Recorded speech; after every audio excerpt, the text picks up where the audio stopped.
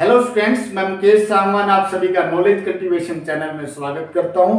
आज की अपनी इस वीडियो टॉपिक है द साल्ट मार्च और द दांडी मार्च। इसको साल्ट सत्याग्रह या दांडी सत्याग्रह भी कहा जाता है।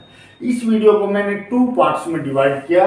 पहले पार्ट में स्टडी करेंगे कि गांधी जी ने कौन सी स्ट्रेटेजी को अपनाया, कौन सी प्लानिंग को अपनाया कि पूरा देश उनके साथ हो गया।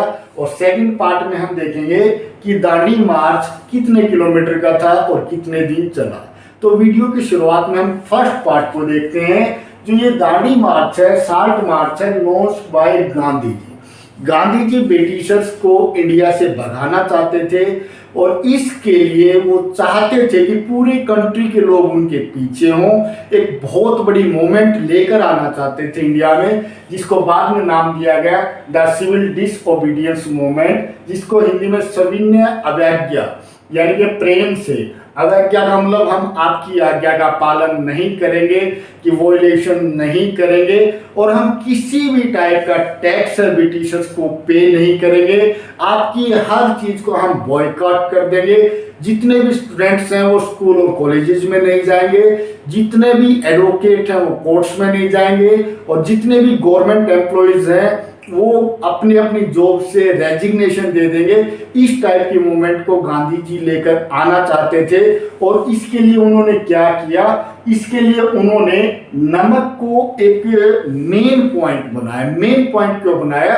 उस टाइम जो ब्रिटिशर्स थे, इंडिया के ऊपर हैवी टैक्स लगाया गया था। और जैसे एक एग्जांपल से देखेंगे, जितने भी बड़े बड़े इंडस्ट्रियलिस्ट थे उनके ऊपर 80% तक का टैक्स था। 80% टैक्स का मतलब अगर कोई इंडस्ट्रियलिस्ट एक साल में 100 रुपीज कमाता था उस टाइम में, तो उसको 80 रुपीज टैक्स में देना होता था। 20% लाइक नथिंग होता है, कुछ न के बराबर होता है। Aim to unify the people, Gandhi ji चाहते थे लोगों को यूनिफाई किया जाए, इकट्ठा किया जाए। ये तभी पॉसिबल है वो जब कोई बहुत बड़ी मूवमेंट स्टार्ट करें। और ये मूवमेंट कैसे स्टार्ट हो सकती है? गांधी जी ने देखा जो अंग्रेजों ने हैवी टैक्स लगाया है, इसके खिलाफ लोगों को इकट्ठा किया जा सकता है और उस मूवमेंट का नाम रखेंगे the civil disobedience movement. Hindi में सविनय अवज्ञा आंदोलन इसको कहा जाता है। अब इसके लिए गांधी जी ने क्या किया? अगर आप सीधा तौर पर किसी भी गवर्नमेंट के खिलाफ एजिटेशन करते हैं तो ये एक क्राइम बन जाता है, लॉ का वॉयलेशन हो जाता है, कानून का उल्लंघन हो जाता है। इसके लिए पहले आपको गवर्नमेंट को अपील करनी होती है। और अपील का मतलब क्या होता है कि आप पहले बोलेंगे हमारी ये डिमांड्स हैं, अगर ये डिमांड फुलफिल नहीं होती तो हम आपके खिलाफ धरना प्रदर्शन करेंगे। ऐसा ही गांधी जी ने किया। ऑन 31 जनवरी 1930 1930 की 31 जनवरी को Gandhi ji wrote a letter. Gandhi ji ने एक लेटर लिखा। किनको लिखा? उस टाइम के इंडिया में जो वॉइस रॉय थे लॉर्ड इरविन, उनको लेटर लिखा। और उस लेटर में 11 डिमांड्स रखी गई, 11 मांगे रखी गई। इन 11 मांगों में इंडिया की लगभग सारी पॉपुलेशन को कवर करने की कोशिश की गांधी जी ने। The letter stated 11 demands. इस लेटर के अंदर 11 डिमांड लिखी गई थी गांधी जी के द्वारा। और गांधी जी ने कहा ये जो मेरी 11 डिमांड्स हैं ये पूरे कंट्री की तरफ से हैं और आप हमारी इन 11 डिमांड्स को फुलफिल कीजिए। These demands were of general interest to specific interest. ये जो 11 डिमांड्स थी इनमें कॉमन डिमांड्स भी थी और कुछ खास टाइप की डिमांड थी। कॉमन डिमांड्स तो कॉमन मैन के लिए थी और जो नॉर्मल डिमांड्स थी वो पीजेंट्स के लिए थी। और जो स्पेसिफिक डिमांड्स थी ये बड़े बड़े इंडस्ट्रियलिस्ट के लिए थी। और गांधी जी चाहते थे कि जो अंग्रेज हैं अगर ये हमारी इन 11 डिमांड्स को फुलफिल नहीं करेंगे तो हम एक एजिटेशन स्टार्ट करेंगे, so that everyone could be brought together in A United campaign. Campaign का मतलब होता है अभियान। और गांधी जी कह रहे थे अगर हमारी डिमांड्स पूरी नहीं होती तो सभी लोग एकजुट हो जाएंगे। The letter was an ultimatum. Ultimatum का मतलब होता है अंतिम चेतावनी। गांधी जी ने यह भी कहा ये जो लेटर है जो मैं आपको लिख रहा हूं कि इनको लॉर्ड इरविन को, ये मेरी एक अंतिम चेतावनी है। If the demands were not fulfilled, अगर हमारी डिमांड्स को आपने फुलफिल नहीं किया, कब तक फुलफिल नहीं किया? 11 मार्च 1930 तक। 11 मार्च 1930 तक अगर हमारी डिमांड्स पूरी नहीं होती तो मैं एक ऐसा सत्याग्रह करूंगा जिसके बाद पूरा कंट्री मेरे पीछे आ जाएगा। और साथ में गांधी जी ने ये भी कहा, the Congress would launch a civil disobedience movement. Gandhi ji ने कहा कि कांग्रेस दूसरी पार्टियों के साथ मिलकर एक सिविल डिसओबीडियंस मूवमेंट स्टार्ट करेगी जिसमें पूरा देश भाग लेगा। फिर न कहना कि हमें इतला नहीं दी गई थी, हमें एडवांस में नहीं बताया गया था, इसीलिए गांधी जी ने एक लेटर लिखा। और हम सभी जानते हैं ब्रिटिशर्स इंडिया के किसी भी लेटर का जवाब नहीं देते थे, तो इसी तरह लॉर्ड इरविन ने गांधी जी के 31 जनवरी 1930 वाले लेटर का भी जवाब नहीं दिया।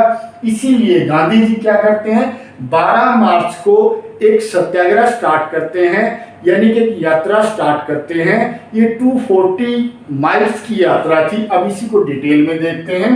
द साल्ट सत्याग्रह ये क्या था? इट वाज ए 24 डेज मार्च। ये 24 दिनों की यात्रा थी। इसके अंदर सभी लोगों को अवेयर करना था, एकजुट करना था और ब्रिटिशर्स के खिलाफ लड़ने के लिए लोगों को मेंटली प्रिपेयर करना था। स्टार्ट कब होती है?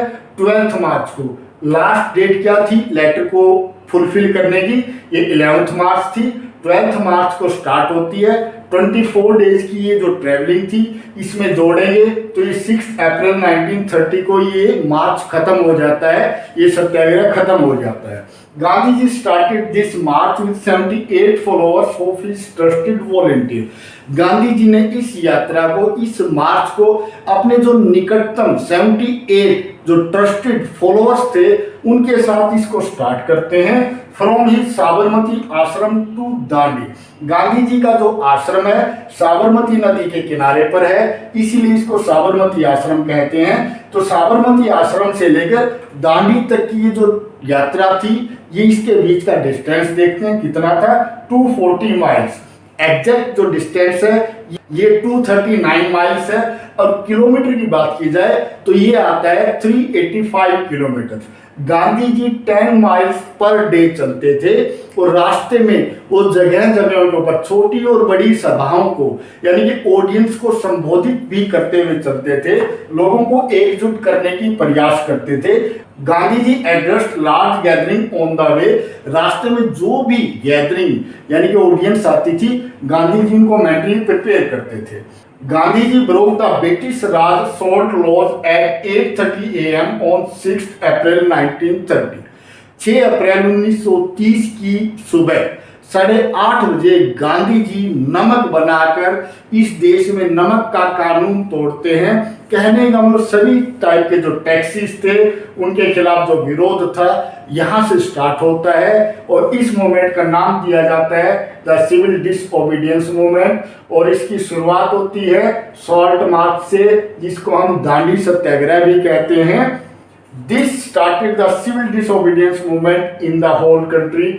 और इस डेट और इस टाइम के बाद पूरे कंट्री के अंदर एक मूवमेंट स्टार्ट होती है जिसका नाम सिविल डिसओबीडियंस मूवमेंट था। तो ये थी आज की वीडियो जिसमें मैंने सिविल डिसओबीडियंस की जो मूवमेंट है कैसे स्टार्ट होती है और ये साल्ट सत्याग्रह से स्टार्ट हुई थी, इसको एक्सप्लेन करने की कोशिश की। उम्मीद करता हूँ ये वीडियो आपको पसंद आई होगी। Thanks for watching the video.